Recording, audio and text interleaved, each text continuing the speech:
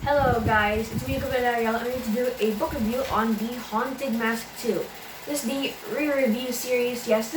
We're gonna do this re-review series because me and Grayson the Goosebumps Kid, which I'll link this channel in the description down below. Join us Discord too. Check out this video so that you can have the link in the description and there's a link in the description in this video so you can check out this channel and watch one of these videos. Then you can join us Goosebumps Discord. So yeah. Anyways, I'm re-reviewing The Haunted Mask 2 in preparation for ranking next month. Before we do our ranking, we're gonna do a top 5 fun facts about the book. And yeah. In the French-Canadian re-release, this is the 33rd Goosebumps book in the original 62. Number 2, this book takes place 1 year after Haunted Mask 1. Pretty obvious. I only did this part because because I have nothing else to say about this book. In the wiki, I checked out the wiki for fun facts. There's very little fun facts about this book, less than the Haunted Mask 1. So anyways, number 3, this book references Kmart, Milky Way bars, Orlando Magic, Teenage Mutant Ninja Turtles for the second time in the series, Power Rangers, and Beauty and the Beast. Yeah. When I meant second time in the series for Teenage Mutant Ninja Turtles, I meant the second time they reference it in the Haunted Mask book. So yeah. Stein said that he would enjoy a film adaptation of Haunted Mask 1 and possibly even one that combines Haunted Mask 1 and 2. Yeah. Number 5. The audiobook was made in November 1996, was 60 minutes, and narrated by Andrew Morris. I think his last name is like a reference to the Morris family in One Day at Horrorland, my favorite book of all time. So yeah. Anyways, that's all the fun facts for this video. And if you want to know where I got these fun facts, you can check out the Goosebumps Wiki, which shout out to them because that's where I got these fun facts. Yeah, shout out to them and special thank you. Anyways, so I'll put the paper down. Then we'll go on with our main topic for the video. I'm going to review Haunted Mask 2. So I reread this one a few minutes before this video was actually made, and a few minutes before I actually started writing that fun facts bit. So anyways, let's now hear what the plot is. Steve's got the worst punishment ever, coaching the first grade soccer team. They're animals, so Steve decides to get even by giving the kids a Halloween scare they'll never forget. The mask he finds to do the job is so disgusting, it's like a creepy old man with spiders crawling out of the ears. Ugh. The strange thing is, when Steve puts the mask on, he starts to feel a little creepy like an old man. So tired. And what's that itching in his ears? Yeah. This is definitely a good sequel. Okay, I pretty much spoiled my thoughts for this one, but essentially this is actually one of my favorite sequels in the original series, and if you saw my top 10 favorite sequels in the series, you would know this is in 4th place. So yeah, let's I told you what this book was about. It won't hurt to tell you what happened again. So yeah, let's now retell the story. So anyways, this book is about Steve, the main bully from the first Haunted Mask book, and here he's coaching the first grade basketball team because he let a squirrel loose, I think in the gym, whatever, or in the lockers, whatever. I think girls' locker room, whatever. Anyways, everyone's screaming. The teacher punishes him by he has 2 punishments. He has to pick one. One is to go to the gym and inflate all the basketballs, but blow it by not helium, but by blowing it from the mouth. Yeah, that's not a really good punishment for Steve because imagine all the dirt. In basketball you dribble the ball, whatever. The dirt that probably went to Steve's mouth. So that is definitely not a good punishment for Steve. They could have picked something else besides blowing the basketballs and by doing it with their mouth. Or the second punishment is coaching the first grade soccer team. Sorry, not basketball team. What was I thinking? And he obviously picks number 2. So he is now torturous with these kids. This is probably one of the biggest issues with this book. Why do these first graders act so mean? I mean, yeah, sure, you can have the excuse like, Mika, you read Kukulaka Doom and Tara was mean there too. Yeah, but I think she was older than these kids back in memory lane. Yeah. she was, I think, older than these kids. These kids are younger than Sarah, so they, I still don't get why they're so mean, Steve. Besides, you know, he's the coach or whatever. He has to do all the workout, whatever. Yeah, this is definitely something weird that I noticed with this one.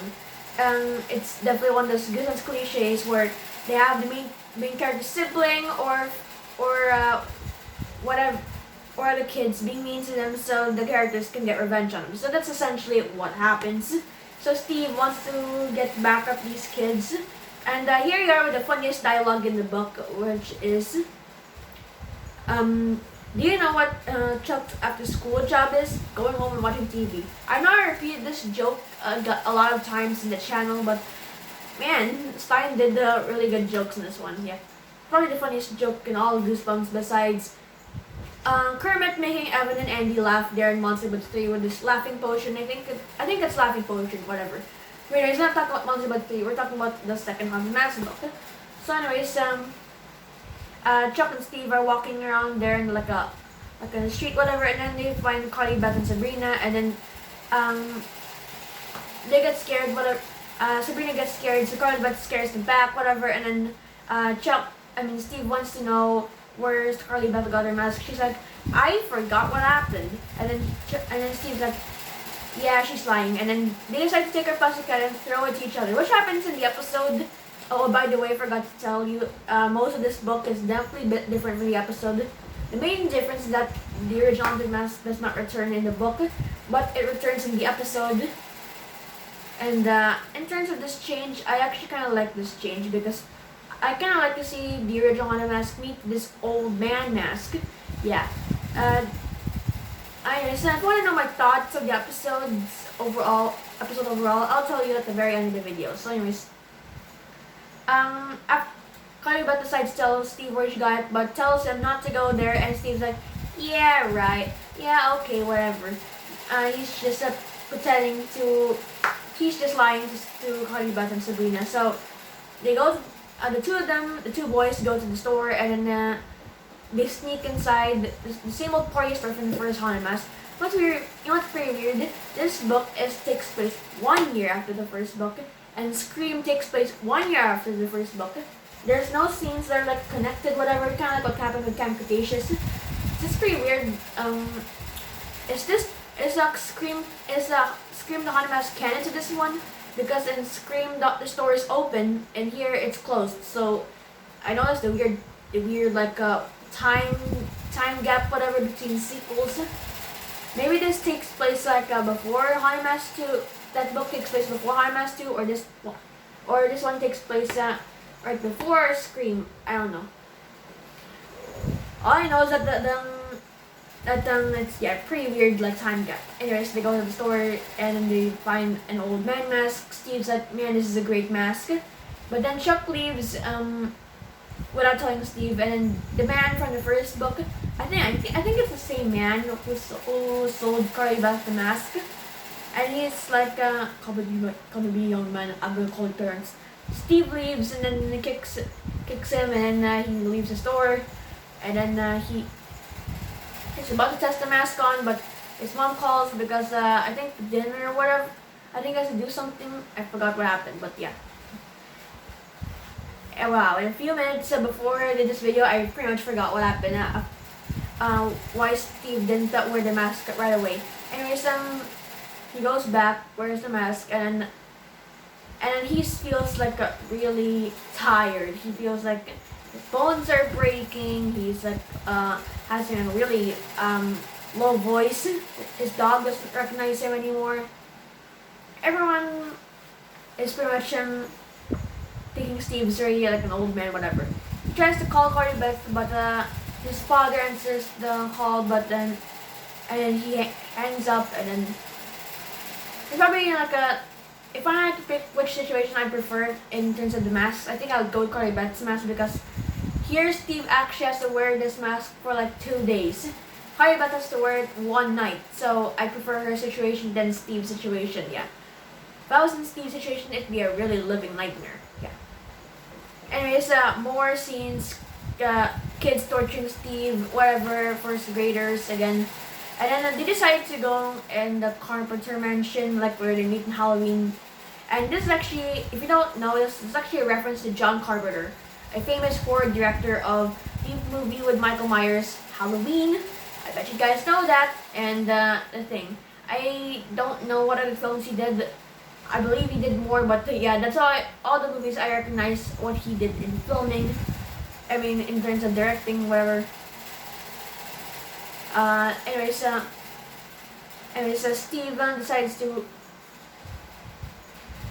Steve is going to Carly Butt's house for Halloween after he met the kids who told him where Carly Butt's house is, and then he finds Carly Butt and Sabrina, whatever, and then he asks her about how to get rid of the mask, and she's like, well, she got rid of the I got rid of the mask because my mom's passed her head. Steve's like, well, go get it, and then Carly Butt's like, no, because that was my symbol of love. You have to find your own symbol of love. So they go to Steve's house to find those cookies that his mom got from the store off screen. And then turns out the dog ate all of them, so now the dog leaves on Steve and then starts to lick him. But nothing is still working, and they realize that the masks, how to get rid of them is actually pretty different. So yeah, I actually kind of like this part where they realize that all masks, how to get rid of them is different. So yeah, that's a good change.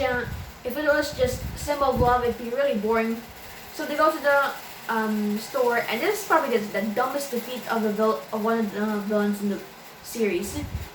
Besides the pitching the horrors and some other defeats, this is definitely one of the dumbest defeats in the series.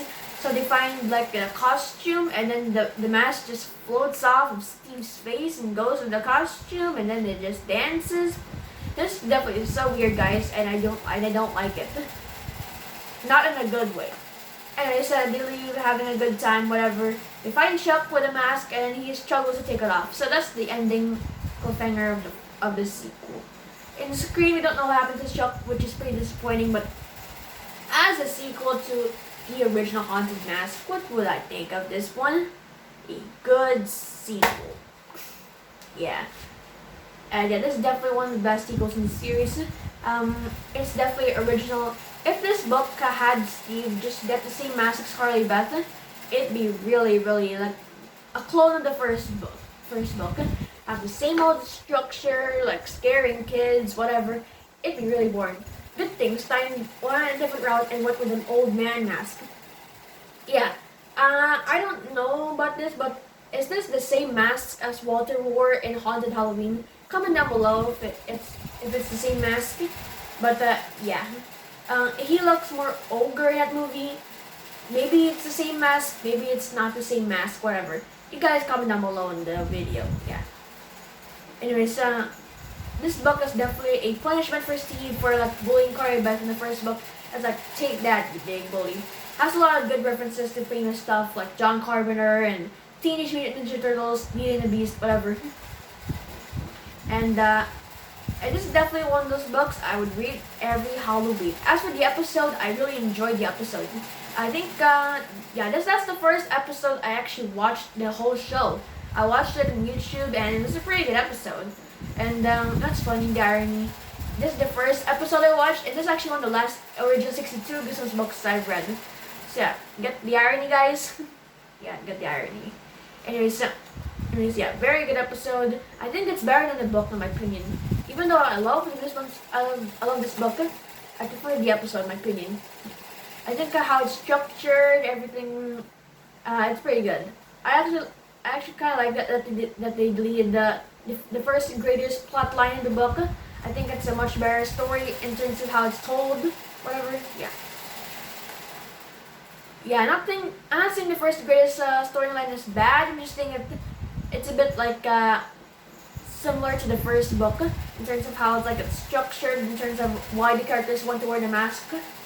Yeah, I think Haunted Mask 2 did everything a lot better. Yeah, in terms of episodes, not the book. Anyways, yeah, what would I rate this book on a scale of 1 to 10? I give this a 9.5 out of 10. There's only one thing I don't like about this book. Definitely the defeat of the mask is very, very dumb. I mean, and it just dances away like what? Anyways, what do you guys think of Haunted Mask 2? Was it a good book? How's my review? And yeah, special thanks to the Goosebumps Wiki for providing the facts for today's episode, and thank you for gracing the Goosebumps Kid for agreeing with my idea to rank these Halloween books. Yeah, I'm actually the guy who actually asked him to collab with me, not him. Yeah. By the way, when I ranked the Goosebumps books, those Goosebumps books, Year 262, it's actually Grayson's idea to do it, not me. And this time, it's my idea to rank the Halloween books. So I asked Grayson to help, collab, and yeah. He said yes. And is he going to review these books? He said no, because he already reviewed these, so I'll be the only one reviewing them. Yeah. Anyways, what you guys think of the Haunted Mask 2? Love it? Hate it? Anything else you want to change besides the defeat of the old man mask? Anyways, thanks for watching this video, and subscribe to the channel if you haven't, and make sure you like the video, and yeah, don't forget to share it with your best friends, and yeah, don't forget to subscribe, guys. And get ready for my review of the last episode. I'm still thinking of what episode I'm gonna review, and the Headless Ghost book review. Yeah, book review. Yeah, of that book. Anyways, happy Halloween, boyos.